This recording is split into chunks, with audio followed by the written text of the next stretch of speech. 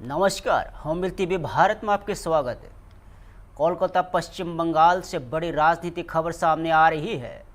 जोरा साको विधानसभा क्षेत्र में एक जनसभा को संबोधित करते हुए उत्तर प्रदेश के मुख्यमंत्री योगी आदित्यनाथ ने पश्चिम बंगाल की सरकार पर जमकर निशाना साधा। योगी आदित्यनाथ ने कहा कि बंगाल जो कभी ज्ञान की धारा के लिए जाना जाता था, आज बेरोजगारी और बेहाली की ओर बढ़ रहा है। उन्होंने दावा किया कि पिछले 10 वर्षों में हजारों उद्योग बंद हुए हैं और लाखों युवा बेरोजगार हुए हैं। उन्होंने ममता बनर्जी और उनकी पार्टी तृणमूल कांग्रेस पर आरोप लगाया कि वे जनता की समस्याओं को नज़रअंदाज कर रही है और सीएम योगी ने कोलकाता के मेयर के बयान का जिक्र करते हुए भाषा और पहचान के मुद्दे को भी उठाया। उन्होंने कहा कि बंगाल की सांस्कृतिक पहचान के साथ किसी तरह का समझौता नहीं किया जा सकता। इसके साथ ही उन्होंने कानून व्यवस्था, धार्मिक आयोजनों और गौ हत्या जैसे मुद्दों पर भी राज्य सरकार को घेरा। योगी आदित्यनाथ ने उत्तर प्रदेश के उदाहरण देते हुए कहा कि 2027 के बाद वहाँ कानून व्यवस्था में सुधार हुआ और आज राज्य में शांति और उत्साह का माहौल है। फिलहाल इस बयान के बाद बंगाल की राजनीति में हलचल तेज हो गई है और आने वाले समय में इस पर और प्रतिक्रिया सामने आ सकती है। बंगाल आज बदहाल है। जो ज्ञान की धरा थी, आज वो बेरोजगारी के अंधकार में भटकती हुई दिखाई दे रही है। अन्नदाता किसान बदहाल है, उद्योग बंद हो रहे हैं। पिछले 10 वर्ष के अंदर 7,000 से अधिक बड़े उद्योग बंगाल के बंद हुए हैं। हजारों एमएसएमई यूनिट बंद हो गई है। 30 लाख से अधिक नौजवान यहां बेरोजगार हुआ है। लेकिन टीएमसी है और वो ममता दीदी है कि किसी की सुनने वाली नहीं है। उनके कानों में जू नहीं रेंग रहा है। बुआ भतीजे दोनों बंगाल को पूरी तरह यहां के अस्तित्व को समाप्त करना चाहते हैं। आपने देखा होगा कोलकाता का मेयर क्या बोलता है, कहता उर्दू चलेगी यहां उर्दू। और हम तो आज कहने के लिए आए हैं, बंगाली अस्मिता के साथ कोई माई का लाल खिलवाड़ नहीं कर सकता है। कोई खिलवाड़ नहीं कर सकता है। और इसके लिए जो आज कहते हैं, जो लोग टीएमसी के लोग बंगाली अस्मिता के साथ खिलवाड़ कर रहे हैं, उनको बताने की आवश्यकता है कि बंगाल की पहचान काबा से नहीं है। बंगाल की पहचान तो मां काली बाड़ी से है, मां काली बाड़ी से। यहां की पहचान वही उसी से है। बहनों और भाइयों, आप मुझे बताइए क्या हो रहा है बंगाल में। धड़ल्ले से गौ हत्या होती है। भगवान राम के नाम से चिढ़ है ममता दीदी को। दुर्गा पूजा के समय परमिशन नहीं मिलती है। शोभा यात्रा निकालने पर प्रतिबंधित करती है। यहां पर दुर्गा पूजा के समय कर्फ्यू लगता है। बहन बेटियां सुरक्षित नहीं है, व्यापारी सुरक्षित नहीं है। टीएमसी के गुंडे उनसे गुंडा टैक्स वसूली करते हैं। और इसीलिए मैं कहने के लिए आया हूं, बहनों और भाइयों, जो अराजकता यहां पर देखने को मिल रही है, इसी प्रकार की अराजकता 2017 के पहले यूपी के अंदर भी हुआ करती थी। उपद्रव था, कर्फ्यू था, दंगा था, गुंडा था और हर व्यक्ति को गुंडा टैक्स टीएमसी की ही सहयोगी दल समाजवादी पार्टी को देने, उनके गुंडों को देने के लिए मजबूर होना पड़ता था। बहनों और भाइयों, यूपी में कोई राम नाम उस समय लेता था तो उस पर डंडे और गोली चलते थे।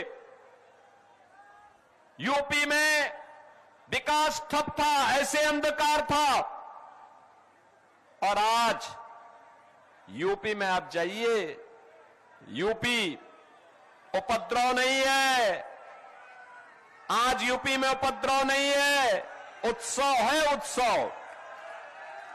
कहीं रामनवमी का उत्सव, कहीं श्री कृष्ण जन्मोत्सव का उत्सव, कहीं पर कांवड़ यात्रा का उत्सव, कहीं दुर्गा पूजा का उत्सव, कहीं सरस्वती पूजन का उत्सव है। आज यूपी के अंदर अराजकता नहीं है। आज तो उत्तर प्रदेश के अंदर राम राज्य की एक नए युग में उत्तर प्रदेश के लोग जी रहे हैं। आज वहां पे कर्फ्यू नहीं है, दंगा भी नहीं है। नो कर्फ्यू, नो दंगा। यूपी में है सब चंगा। यूपी में सब शांति है। माफिया समाप्त, गुंडा समाप्त। और माफिया और गुंडा वहां पर जो कहीं भी सिर उठाता है तो यूपी का बुलडोजर उनकी हड्डी पसली को उस हाईवे बनाने में उपयोग कर देता है। लखनऊ उत्तर प्रदेश से बड़ी राजनीतिक खबर सामने आ रही है। मल्लिकार्जुन खड़गे के बयान को लेकर सियासी घमासान तेज हो गया है। इस मुद्दे पर उत्तर प्रदेश के उप मुख्यमंत्री केशव प्रसाद मौर्य ने कांग्रेस पर तीखा हमला बोला है। उन्होंने आरोप लगाया कि कांग्रेस के नेताओं ने बार बार प्रधानमंत्री नरेंद्र मोदी के खिलाफ अपमानजनक भाषा का इस्तेमाल किया है। केशव प्रसाद मौर्य ने कहा कि प्रधानमंत्री को आतंकी कहना न सिर्फ एक व्यक्ति का बल्कि देश के 140 करोड़ नागरिकों का अपमान है। उन्होंने यहां भी कहा कि कांग्रेस अध्यक्ष मल्लिकार्जुन खड़गे ने प्रधानमंत्री पद की गरिमा का सम्मान नहीं किया है। उन्होंने कांग्रेस नेतृत्व जिसमें राहुल गांधी और सोनिया गांधी का नाम लेते हुए उन पर भी लगातार अपशब्दों के इस्तेमाल का आरोप लगाया। मौर्य ने मांग की है कि मल्लिकार्जुन खड़गे को देश और प्रधानमंत्री को माफ़ी मांगनी चाहिए। उन्होंने कहा है कि कांग्रेस की राजनीति अब निम्न स्तर पर पहुंच गई है और जनता को बार बार लोकतांत्रिक तरीके से प्रधानमंत्री मोदी पर भरोसा जताया है। फिलहाल इस बयान को लेकर राजनीतिक बयानबाजी तेज हो गई है और आने वाले समय में इस पर प्रतिक्रिया सामने आ सकती है।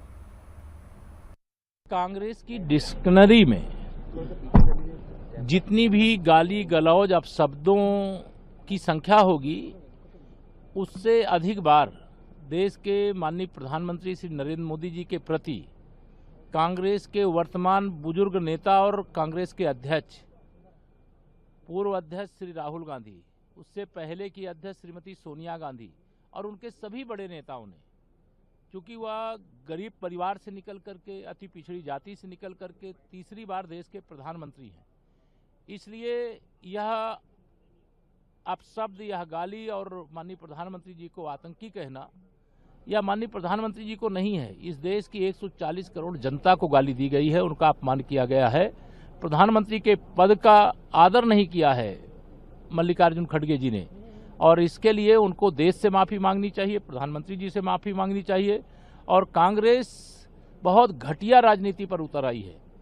देश के प्रधानमंत्री का प्रधानमंत्री पद पर बने रहना उनको बर्दाश्त नहीं हो रहा है। वो माननीय प्रधानमंत्री मोदी जी को उनको कुर्सी से हटाने की तमाम कोशिश के बाद भी वो सफल नहीं हो पाए, क्योंकि इस लोकतंत्र में सबसे बड़ी ताकत जनता की ताकत होती, जनता का आशीर्वाद होता है। और भारतीय जनता पार्टी को माननीय नरेंद्र मोदी जी के नेतृत्व में लगातार जनता का आशीर्वाद और समर्थन है।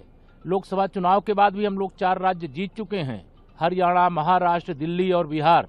अभी 5वां राज्य पश्चिम बंगाल जीतने जा रहे हैं। तीसरी बार 2027 में यूपी में सरकार बनने वाली है। कांग्रेस का वर्तमान और भविष्य अंधकार में है।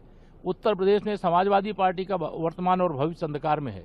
मैं यही कहना चाहूँगा कि आपके पास दम है, आपके पास कार्यकर्ता हैं, आपके पास हमारे खिलाफ मुद्दा है, तो आप जनता की अदालत में आइए और जनता की अदालत में आप जो भी लड़ाई है वो लड़िए।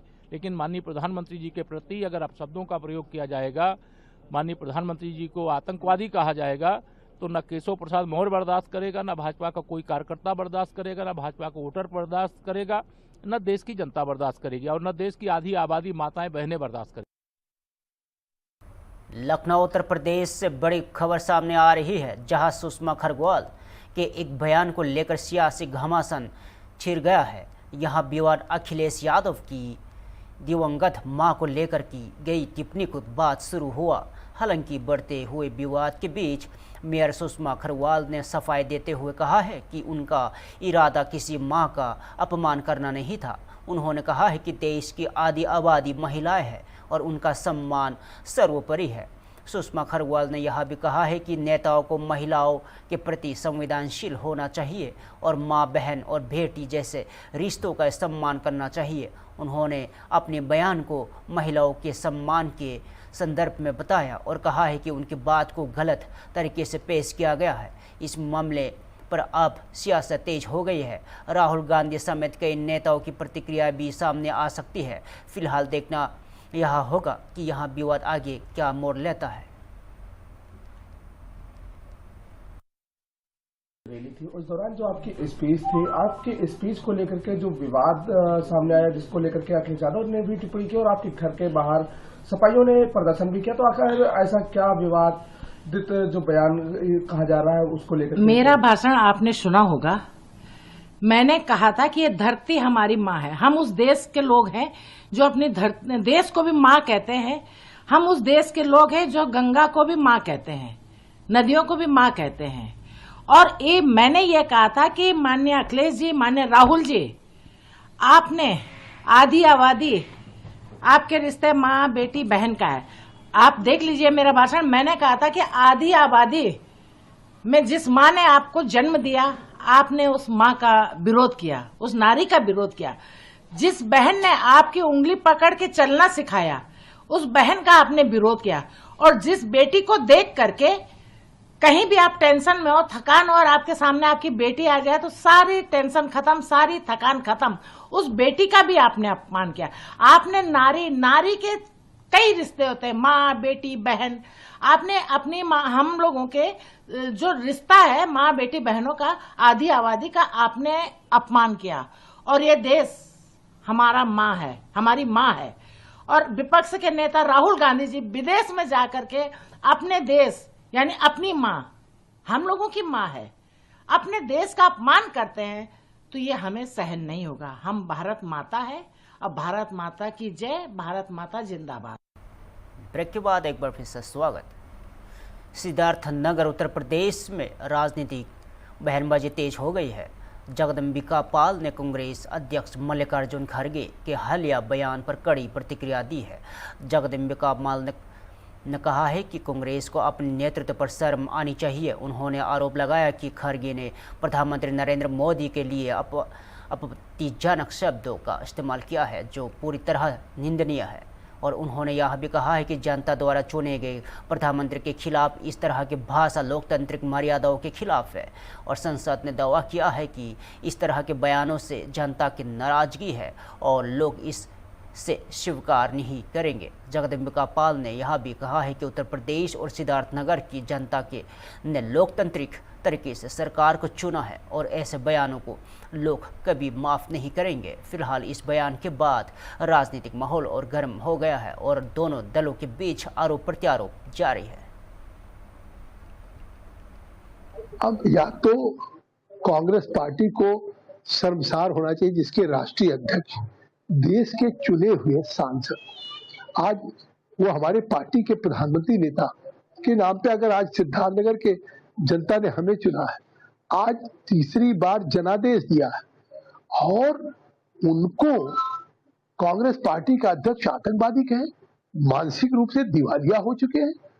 विश्व के सामने इतना जिस तरीके का शब्द उन्होंने इस्तेमाल किया है, आतंकवादी उनको नहीं दिखाई पड़ते हैं जो पाकिस्तान के सीमा पार आकर के यहाँ आतंकवाद की घटनाएं करते हो। जब ऑपरेशन सिंदूर जैसा हमारे फौज के लोग घुस करके उनके आतंकवाद के अड्डों को तबाह करते हैं, तब उस समय राहुल गांधी कांग्रेस के खड़गे पूछते हैं कि भारत के कितने रफाल जहाज भारत पाकिस्तान की लड़ाई में हमारे गिर गए।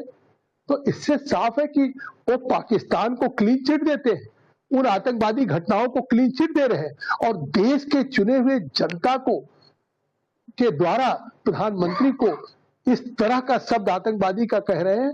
मुझे लगता है इससे घिनौना, इससे निंदनीय कोई शब्द नहीं हो सकता है और देश की जनता उन्हें माफ नहीं। कानपुर उत्तर प्रदेश से एक भावुक और महत्वपूर्ण बयान सामने आया है और ऐशान्या द्विवेदी ने पहलगाम आतंकी हमले की पहली बरसी पर अपनी पीड़ा और विचार साझा किए हैं। इस हमले में उनके पति शुभम द्विवेदी समेत 26 लोगों की जान गई थी। ऐशान्या द्विवेदी ने कहा है कि यह घटना सिर्फ 26 परिवारों के लिए नहीं बल्कि पूरे देश और दुनिया के लिए बेहद दुखद और महत्वपूर्ण थी। उन्होंने बताया कि कई देशों ने भी इस हमले की बरसी पर शोक व्यक्त किया है। उन्होंने यह भी उल्लेख किया कि नरेंद्र मोदी ने इस मौके पर पीड़ित परिवारों के प्रति संवेदना व्यक्त की और आतंकवाद के खिलाफ कड़े रुख की मांग करते हुए ऐशान्या ने कहा है कि देश को लगातार ऐसे कदम उठाते रहना चाहिए जिससे आतंकवाद का पूरी तरह से अंत हो सके। उन्होंने ऑपरेशन सिंदूर और ऑपरेशन महादेव जैसे कदमों का जिक्र करते हुए कहा है कि अब समय आ गया है कि आतंकवाद को बिल्कुल भी बर्दाश्त ना किया जाए। उन्होंने भावुक शब्दों में कहा है कि यह लड़ाई सिर्फ उनके परिवार की नहीं बल्कि पूरे देश की है और आतंकवाद के खिलाफ एकजुट होकर खड़े होने की ज़रूरत है। पहलगाम ऐसी घटना है, ये इस तरीके का मुझे लगता है अटैक था जो हम 26 परिवारों के लिए तो जो पर्सनली लेवल पे बहुत बड़ा दुख, बहुत बड़ी घटना है, लेकिन मुझे लगता है ये देश और ना मतलब जियो पॉलिटिकल लेवल पे भी बहुत बड़ी घटना है। क्योंकि आज जब मैं सुबह न्यूज़ देख रही थी तो कई ईरान और अलग अलग इजराइल और इवन 6-7 अलग अलग, मैं वो नाम अभी नहीं याद आ रहा, 6-7 अलग अलग कंट्रीज़ ने भी आज पहलगाम के 1 साल होने पे अपना दुख, अपने कमेंट्स किए हैं। कम से कम मैंने 6-7 कंट्रीज़ का सुबह से देखा। पीएम सर ने भी मॉर्निंग में अपना ट्वीट किया है इस चीज़ का कि मुझे 26 फैमिलीज़ के लिए दुख है और पहलगाम का अटैक को 1 साल हो गया। तो ये एक ऐसी घटना है जिसने सिर्फ हम 26 परिवार नहीं अफेक्ट किए हैं, इस पूरे देश को और पूरी दुनिया को कहीं ना कहीं इफेक्ट किया है। जिस तरह से पूरा घटनाक्रम हुआ है जी, पाकिस्तान को हमारी सरकार ने जवाब भी दिया जी, क्या लगता है आगे किस तरह से आगे पहल करनी चाहिए हिंदुस्तान को, क्योंकि लगातार आप लोग शुभम की शहादत और बाकी 26 लोगों की भी शहादत को लेकर लगातार आप लोग मुखर हैं जी। क्या चाहते हैं पाकिस्तान को खिलाफ आगे चल के क्या कार्रवाई होगी? कि जिस तरीके से हमारे देश ने कदम उठाए हैं इस अटैक के बाद, ऑपरेशन सिंदूर हो चाहे ऑपरेशन महादेव हो, बहुत ज़रूरी है कि हम ऐसे कदम उठाते रहें जो हमेशा आतंकवाद के खिलाफ हो जब तक आतंकवाद पूरी तरीके से ख़त्म नहीं हो जाता। क्योंकि ये देश कई बार आतंकवाद से परेशान हो चुका है। अब इट्स हाई टाइम कि हमें उनकी आंखों में देख के बोलना ज़रूरी है कि अब हमें बर्दाश्त नहीं है और हम पूरी तरीके से आतंकवाद ख़त्म। फिलहाल के लिए इतना ही। ताज़ा और देखते रहिए हम टीवी भारत।